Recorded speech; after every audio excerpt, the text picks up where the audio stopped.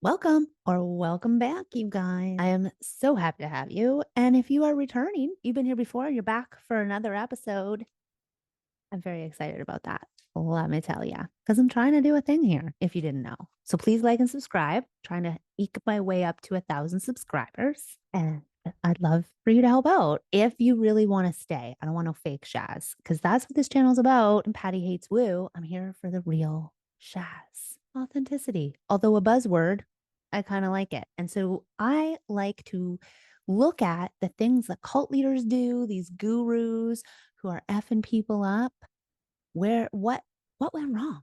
Because a lot of them, what I noticed and got me fired up, they use actual potentially helpful self-help tools that then turn into a whole lot of fuckery. So what's that about? Why is that happening?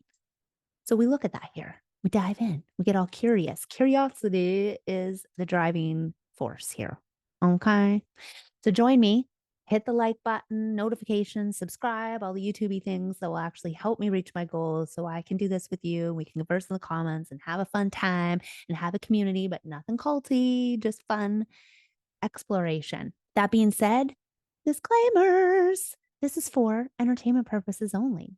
Maybe some education. If we can educate ourselves along the way, that'd be great. I'm a nobody. I am not a guru. I'm just a girl on the internet trying to debunk what is fake in the world and figure out what is real. Do my own self help and share that with you so you can do that too. That's all we're doing here. Consult your professional people, your doctors, your whoever you need to consult for you in your life to make it right. Don't turn my word into gospel. We are against that here on this channel. Okay. I'll share my resources in the description box and I will just be using Google and YouTube to figure out what the heck's going on. Documentaries. Love to watch them and then talk about it with you. That's what we're doing here. Okay. Also, I think it's worth mentioning I am not neurotypical. I have some divergence. So it's coming from that lens.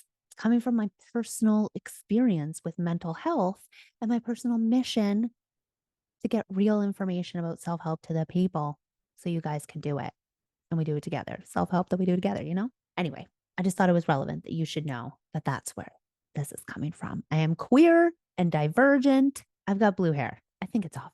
So let's get into what we're talking about today. The dude, the group, the thing we're talking about today that's going under our curiosity microscope, if you will, started with tin cans. Tin cans, not exactly like this, but these are the best example. Cans hooked up to electrodes. Like, let's tie a string around here and pretend it's a wire and hook it up to a meter, hold on to it, and it's going to sense your vibe and give you the what's what's going on inside. Can you even believe it? Can you believe that this is where it all started? So today we're going to explore the tool that started with a couple of tin cans and said he could take a measurement of your reaction to questions to figure out what's holding you back. It gets a little wilder than that. And we're going to jump right into it. Buckle up, as they say. Hold on to that magic carpet. We're going for a ride. Now, have you guessed which group we're talking about? Sorry, I'm going to like eat my microphone there. Have you guessed who we're going to talk about? A story done a million times over and over, but still worth mentioning because maybe some of you don't know. Scientology. That's right, Scientology, the group that's been around for quite some time. The founder's now dead. Let's pop his picture up here. L. Ron Hubbard. What a fella. And you know what he has in common with others we've been investigating around these parts is the whole guruism seems to start with some desperation, some confusion, some, hey, people don't like me and I'm not making any money and I really want to be popular and I want to have lots of money vibes. And then they take something which could be good intention, helping others with the fame and fortune coming along with it, right? They take that idea, they get woke in their own mind, hit with a download. And here's the thing that I kind of think, and let me know what you guys think in the comments. But I think we're a soul having a human experience, and we do have a team, i.e., you can tap into universal consciousness, the essence, the energy, and get thought forms from that. You can also talk to your higher self, right? The soul, self and this outer version of the soul self that helps you kind of get all this right, and or right's a relative word, but you know what I'm saying. Advisor on your journey, as well as soul team guides, angels, if you will, type of a thing. We won't get into all those details, but because of that, I believe these people get downloads from their team and they take it to be this, we're going to use this thing. It's fixed me. It's now going to fix everyone else. And then because of that desperation, I think something tweaked there, they want to be a guru. And so the more they go, the more controlling they have to be about it. So they can be big and important and it'll go right. People aren't going to F it up. Maybe, let me know what you think in the comments. Maybe they hold a belief that people are dumb or people lie or people aren't trustworthy. So I can't just give them a concept and let them use it at their own will because they'll hurt themselves. So I got to control them. I got to make sure they do it XYZ way to get the perfect result, the one I had, right? In Elrond's case, wanted to affect humanity. He wanted humans to change their behavior. He believed, I guess, that they were inherently good, but they were filled with and I'm gonna butcher. Can I just say other people have told this story better. There are documentaries on Prime, Apple TV. Did I find one on Netflix? No, I don't think I did. Anyway, there are places you can watch documentaries about Scientology that are going to do way better explaining it than me. I'm just going to say it right now. I may mix up some of the terminology they use in the group. Wasn't trying to, get brainwashed.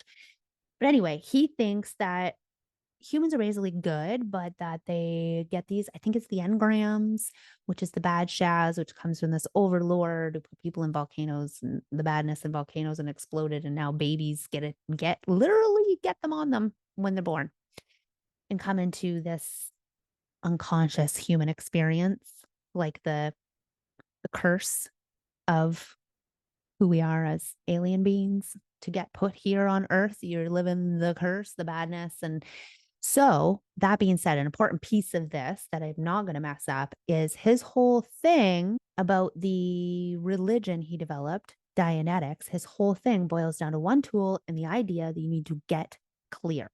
Dun, dun, dun. Get clear. You need to get clear. That's your whole life's mission. Get clear. And so, Scientology, what he set up is it's based on these levels, and you pay more money, i.e., he gets his fortune and you go up in levels and you get more clear as you go through the audits with the cans. That's where the cans come in. That's his bread and butter tool. Fascinating, isn't it? Are you fascinated? I'm fascinated.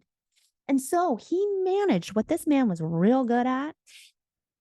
Actually, first, what I relate to is his curiosity. The man was curious. He wanted to get into everything, everywhere, travel the world, see all the different ways humans experience humanity, and see what he could affect and change so we could have a more utopian type society. However, his ideas of what that would look like and mine are, I think, a bit different.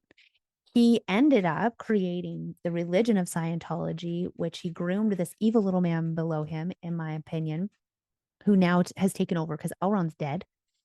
And it's become like he started the Sea Org as part of the missions. And it's like his own little Scientology Navy.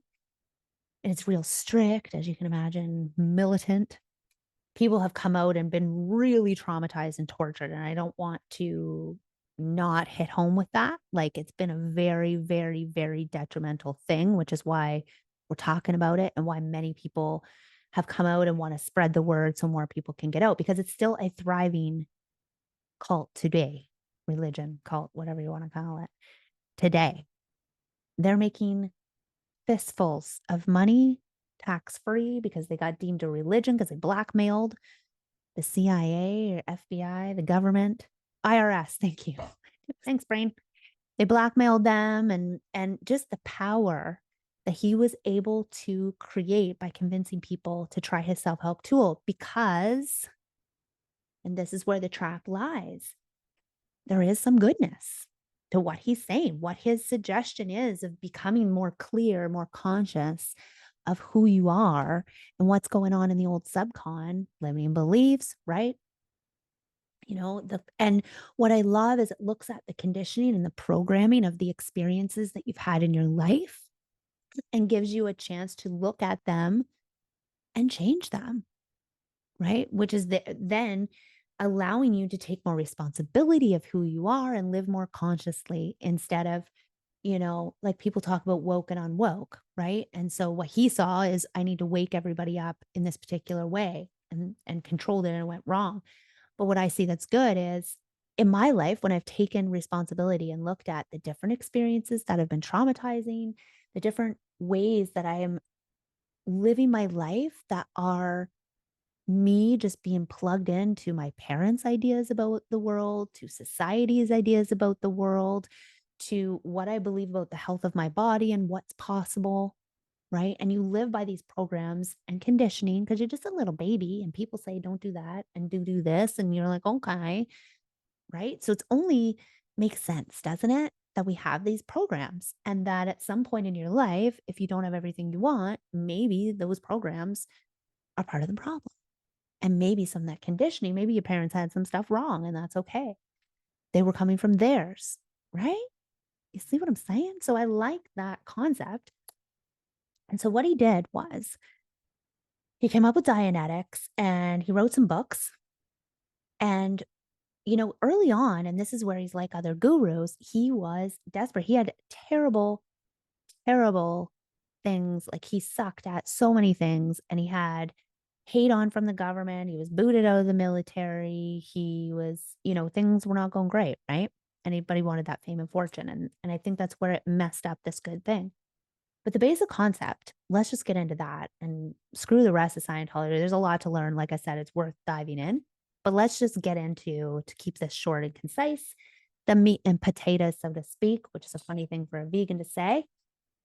The tin cans. Now they're called e-meters and they're kind of fancy. You can look them up on Amazon. A little meter and it has a dial and they learn how to read it. You get to learn how to be an auditor and it's like, testing and the prime zone and bad, good, right? On this meter. As you, the person in session who wants to change their life, find their engrams or whatever, the technical thing they're doing here, read deeper into self, basically. You hold your cans and then the person, the auditor, asks you questions, which if you just transpose it into like what I do, it's like the coach, I ask questions. I'm a great curiosity question asker. It creates major transformation for people. So I love that concept. But with the tin cans, he has you hooked up to this meter. And so when your auditor asks you questions and you respond and talk about things, this moves based on the energy it's getting transferred through that line to this meter and it measures your whatever. So the auditor can read that and know where to dive deeper, where you're getting excited,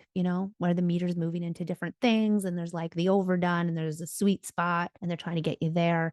And when they get you there, they realize they have to keep pushing your pain point. And that's where it's going to get a little dangerous. And this is where things go wild. Like it's not just one recipe for everyone. Although I love in session diving in and people will get emotional, will see things. And I've experienced this for myself. I'll start to experience a situation that was traumatic, say in my childhood, that created some of this programming I'm living off now. And so I'll get emotional. I'll cry about it. I'll realize that I believe I'm not worthy of love or something like that. That's a pretty common one. Whoops. So I'll use that one. Like a lot of humanity kind of has that programming right now, or I'm not capable or things like this. And when you realize you're thinking that, or that situation was that, and you're seeing it from this new vantage point, it brings up emotion. You can go gently into it with more questions without really hammering hard and re-traumatizing people, which is, I guess, what's been happening with this auditing.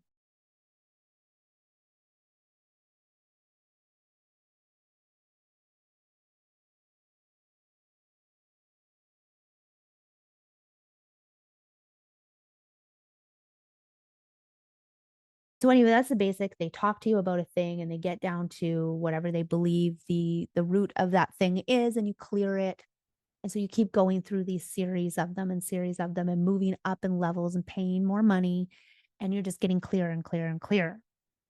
They tell you, and this is another thing common in these groups, they tell you you want to go to like XYZ level. And when you get there, there's more levels. And when you get those, there's still more to do, right? There's more to the mission, more you have to do to keep being amazing and spreading the word and whatever.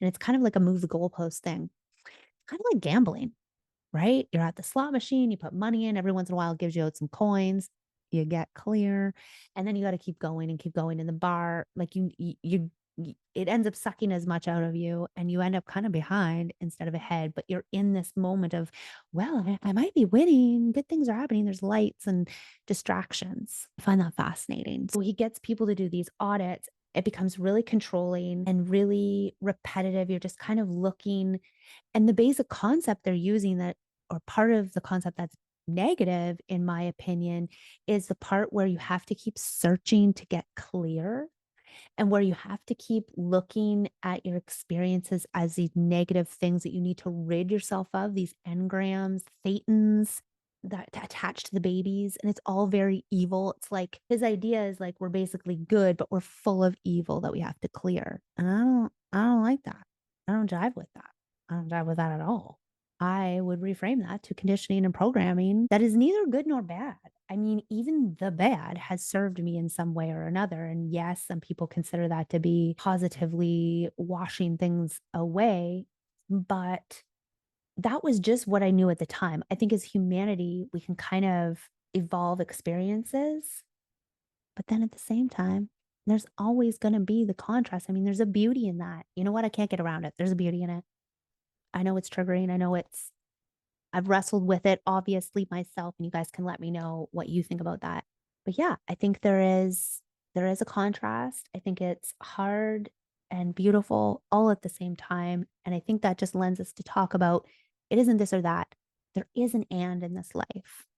It can be bad and good, which is wild, wild, wild, wild. And I think that was really missing from what he was creating. Because really sitting with someone and talking, great. Getting perspectives, love it, right? Curiosity is the key. Questions are the key to unlocking and helping you transform anything. Really, they're basic keys. There's not just one thing, and that's the other thing about this thing that is a problem. It's not just one thing. And I think going from the base belief that you are great is excellent, and taking responsibility for looking at the conditioning and programming and ideas you want to change about yourself. Excellent. No need, though, to get stuck in constantly looking at what's wrong with you and fixing it. I don't like it. I'm anti that behavior. I'm a lot more about empowering the beauty in you to shine bright. And when things get in the way, understanding what they are, shifting what you got to shift and keep on going. That's what I'm thinking. So I want to hear from you in the comments. Obviously, as I've said it numerous times, let's get the conversation going about Scientology. Where they are now, let me tell you, they're very powerful. They call anyone outside of their group a suppressive, like all the cults we've seen, right? They disconnect you from anyone who doesn't 100% follow everything to a T. They're not even allowed to think outside how they think. They've really gotten intense. They know they got to keep secrets in order to stay safe because there's a lot of holes in that foundation, in my opinion. It's wild. And so, yeah, they've taken the self-help idea and concept just like the others and twisted it up. So I want to know what you guys think is good and bad about it. Where do you have with self-help? Have you tried this kind of a thing, this kind of a tool? Have you tried a self-help tool that helped you or hurt you? I'd love to hear about it in the comments. I'd love to talk about more tools in more episodes, really looking at them in new light, maybe diving deeper into them. We'll see where the conversation goes.